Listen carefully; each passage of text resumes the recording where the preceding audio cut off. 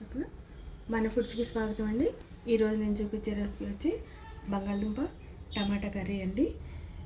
కావాల్సిన పదార్థాలు బంగాళదుంపలు, 2 ఉల్లిపాయలు ముక్కలుగా చేసినవి, 4 పచ్చిమిరపకాయలు, 2 టమాటాలు, ఉప్పు, పసుపు, కారం, అల్లం వెల్లుల్లి పేస్ట్, గరం మసాలా.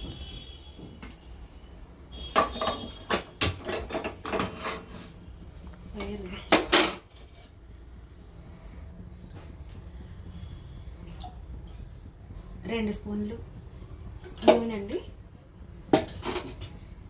2 స్పూన్లు నూనె వేసి ఉల్లిపాయ ముక్కల్లో కరివేపాకు కూడా వేసానండి. కరివేపాకు కూడా వేయాలి.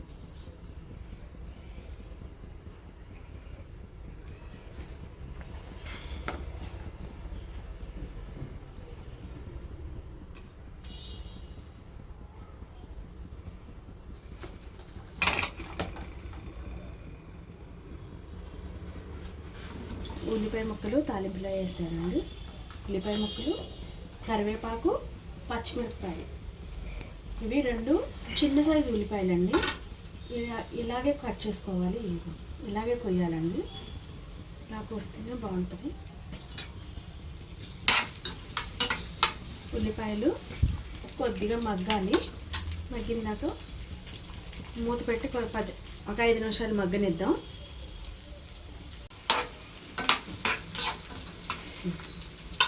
ఇలా మగ్గింది కదండి. కొద్దిగా అల్లం వెల్లుల్లి పేస్ట్ వేసిన తర్వాత ఇలా మగ్గాయి కదండి. ఇప్పుడు బంగాళదుంప ముక్కలు వేసేద్దాము.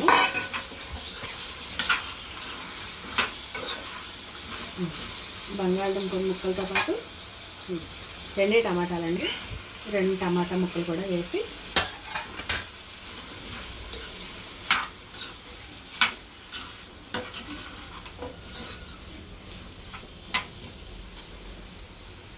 ఒక 5 నిమిషాల పాటు ఇలా మగ్గనిద్దామండి మూతేసి.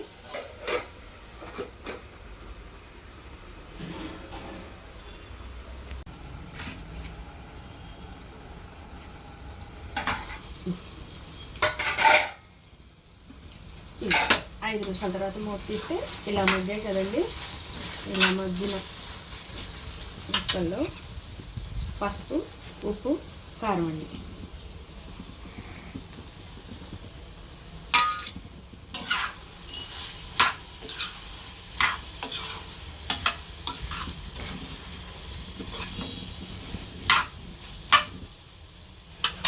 అలాగే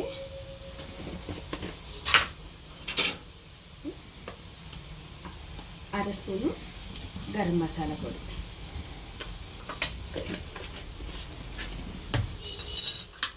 ఇవన్నీ వేసి కాస్త ముక్కలు మగ్గి నూనె పైకి తేలే వరకు మూత పెట్టి మగ్గనిద్దామండి. ఈ ముక్కలు మగ్గి కాస్తంత ఆయిల్ పైకి తేలడానికి ఒక 5 నిమిషాలు టైం పడుతుందండి. ఈ 5 నిమిషాల పాటు మూత పెట్టి మగ్గనిద్దాం.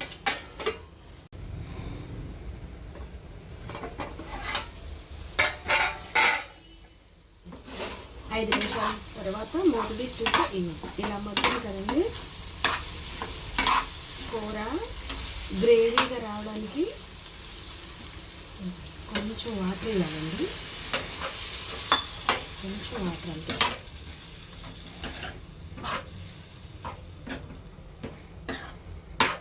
కొంచెం వాటర్ వేసి ఇది కొంచెం దగ్గరికి అయిన దాకా ఉడకనిచ్చి దించేసుకోవడం. 2 నిమిషాలు మగ్గనిద్దామండి మూతేసి.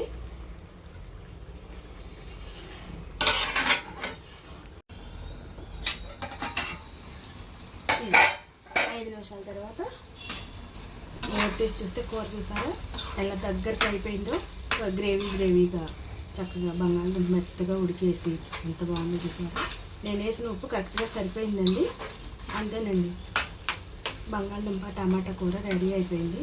ఇది అన్నంలోకి చపాతీలోకి చాలా బాగుంటుందండి. నచ్చిన వాళ్ళు, ఇష్టంగా తినేవాళ్ళు కొత్తిమీర వేసుకోండి.